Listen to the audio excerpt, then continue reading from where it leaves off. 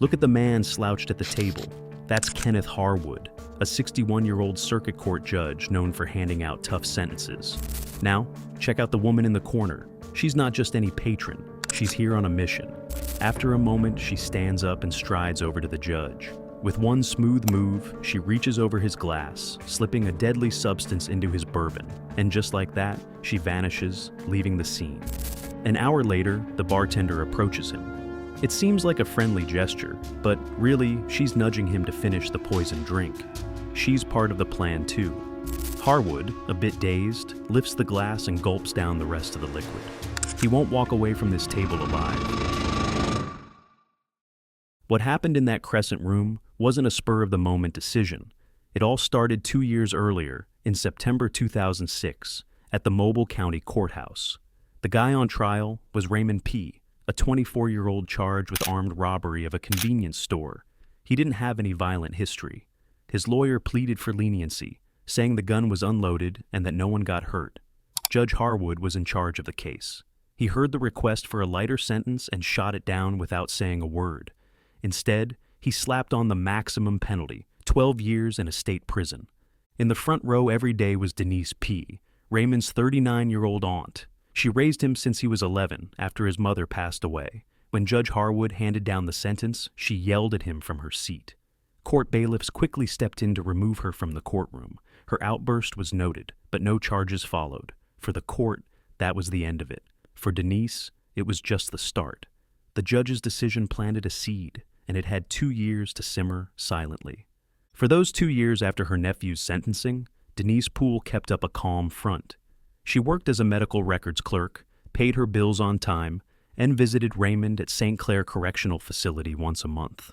To the outside world, she was just an ordinary woman. A woman was quietly dealing with a tough family issue. But inside, she was hatching a careful plan. Friends would later tell investigators that she had become withdrawn and less social. By early 2008, she stopped going to church services she had attended for years. At her job, she started asking coworkers detailed questions about how the courthouse worked and when employees were scheduled to be there, pretending she was thinking of applying for a job. Her determination was clear, her patience unwavering. The biggest proof of what she was plotting was quietly being saved on her home computer. Between February and March of 2008, her internet searches revealed a chilling focus. She looked up things like how much cyanide could kill, where to buy potassium cyanide, and ways to use poisons that couldn't be detected. With every search, Denise was building her plan, not realizing she was leaving a digital footprint straight back to her. Denise knew all about Judge Harwood's routine, but to pull off her plot, she needed someone on the inside. She found her in Sharon Vickers, a 33-year-old bartender at the Crescent Room. 3 weeks before her plan was set to unfold, Denise approached Vickers outside the bar after her shift. She introduced herself as Raymond Poole's aunt and made a bold offer. According to Vickers' later testimony, Denise offered her $2,500 to slip something into Judge Harwood's drink that would make him sick. Vickers turned her down, but didn't report the conversation. Denise didn't give up, coming back twice more and raising her offer to $5,000. She said again that she wouldn't administer anything herself, but suggested a different arrangement. In the end, the deal was straightforward. Vickers wouldn't poison the judge, but she would keep an eye out for a fee. She agreed to text Denise when Judge Harwood was at his usual table and when the bar was empty enough to avoid being noticed. Later on, Vickers told investigators she never thought Denise would go through with harming anyone and was scared of getting in trouble if she went to the police. Whether she was drawn in against her will or willingly involved, her agreement set the stage for what was about to happen. On the morning of March 18, 2008, the plan kicked into gear. Bartender Sharon Vickers sent a text. Denise Poole received a text saying, "He's here." 2 other customers left. Just me and Kitchen. About 20 minutes later, Poole showed up at the Crescent Room. She picked a corner table close to the restrooms, ordered a coffee, and settled in to wait. The security cameras caught the next 40 minutes. Judge Harwood was sitting alone, downing 3 glasses of bourbon. He started to move slower. By 10:35 a.m., he had rested his head on his arms, looking like he was dozing off at the table. That was the moment P had been waiting for. At 10:42 a.m., the camera recorded her getting up and heading over to Harwood's table. She stood there for about 30 seconds, her hand briefly hovering over his glass. She took her time. Once she was done, she went back to her table, and by 10:48 a.m., she left the bar. During this crucial time, Sharon Vickers wasn't on the main floor. Everything was lined up, but it all depended on the judge. He stayed motionless at the table, a poisoned glass of bourbon just inches away. For over an hour, Judge Harwood stayed hunched over. At 12:37 p.m., Sharon walked over and shook him, calling his name, but he didn't respond. After checking and finding he wasn't breathing, she called 911 at 12:39 p.m. Emergency responders arrived in 7 minutes. What they found didn't scream foul play. The judge was a known regular who drank heavily, slumped unconscious in a bar. Paramedics pronounced him dead at 12:52 p.m. Initially, it seemed like cardiac arrest, probably made worse by heavy drinking. But some details didn't quite add up. First responders noticed odd signs. His lips and fingernails had a bluish tint, known as cyanosis, and there was froth around his mouth. His skin felt cool. These weren't typical signs of a heart attack. The mobile police department secured the area, and Vickers gave her first statement. She said Harwood had been drinking alone all morning, and that she hadn't seen anyone near him. The half-empty glass of bourbon on his table was taken as part of the standard procedure, and they reviewed the security footage.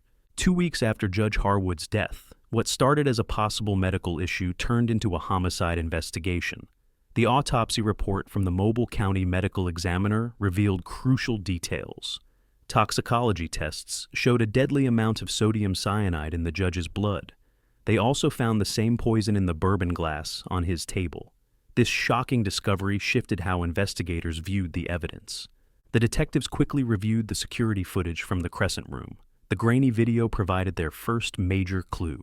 It clearly showed a woman, later identified as Denise Poole, leaning over Harwood's table and fiddling with his glass. They confirmed her identity when outside cameras caught her car parked nearby, registered in her name.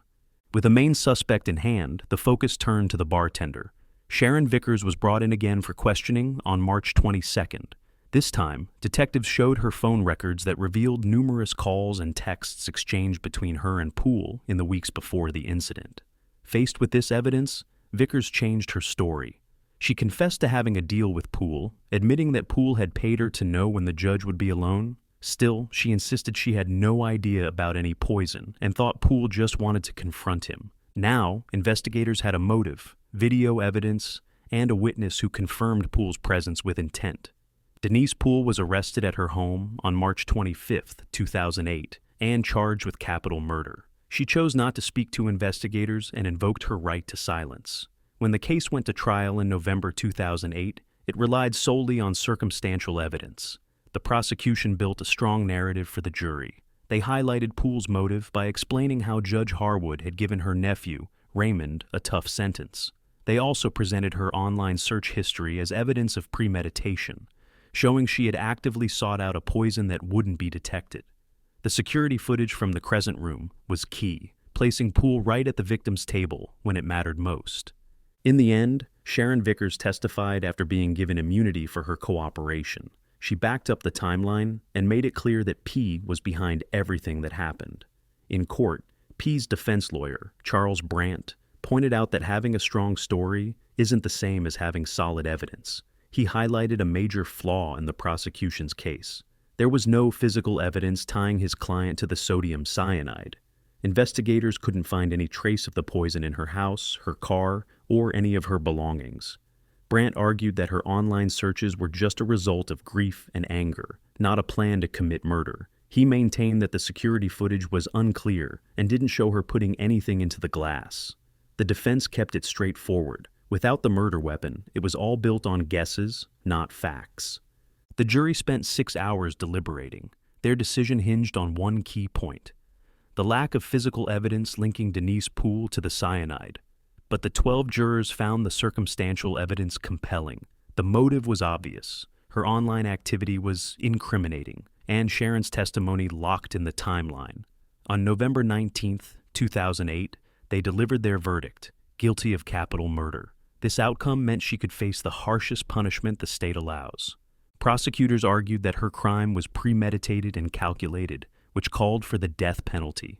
The defense countered by mentioning P's clean record and her caring role for her nephew, asking for life in prison without parole. On January 14, 2009, the judge handed down the death sentence. For others involved, the outcomes were less severe. Sharon Vickers struck a plea deal for lesser charges and received a suspended sentence with 3 years of probation. She moved away from Mobile soon after. Raymond Poole's sentence wasn't affected by his aunt's actions. He stayed in prison. The case's fame also resulted in one final casualty. The Crescent Room, now infamous, saw its business drop until it closed for good in 2010. Denise Poole's appeals were consistently shot down. However, one question from the trial remained unanswered. Where did she get the cyanide? Judge Kenneth Harwood's case didn't lead to major legal changes, but it certainly shook up the Mobile community. Inside the court system, it sparked some tough conversations. Harwood's well-known struggle with alcohol, something everyone had whispered about, was now out in the open. New rules for judges were suggested, but they never really got put into practice. A handful of defense lawyers wondered if the judge's drinking had tainted his past decisions, but none of the sentences were changed. For the people, this story felt like a chilling tale of patient revenge. Denise P. wasn't a hardened criminal. She was just a medical records clerk with no violent past. Over 2 years, she morphed into a calculated killer, becoming a true crime legend in the area. The media painted her as a quiet but dangerous figure, a woman whose love twisted into a deadly obsession. This story also sealed the fate of the Crescent Room, forever tied to the murder, leading to its permanent closure. The case is officially closed, but the mystery at its heart refuses to fade. Denise P. was found guilty and sentenced to death, and she's still on death row. Her nephew, Raymond P., eventually got out of prison, but he's never shared his side of the story. To this day, investigators haven't figured out how Denise got the industrial-grade sodium cyanide she used to kill Judge Harwood.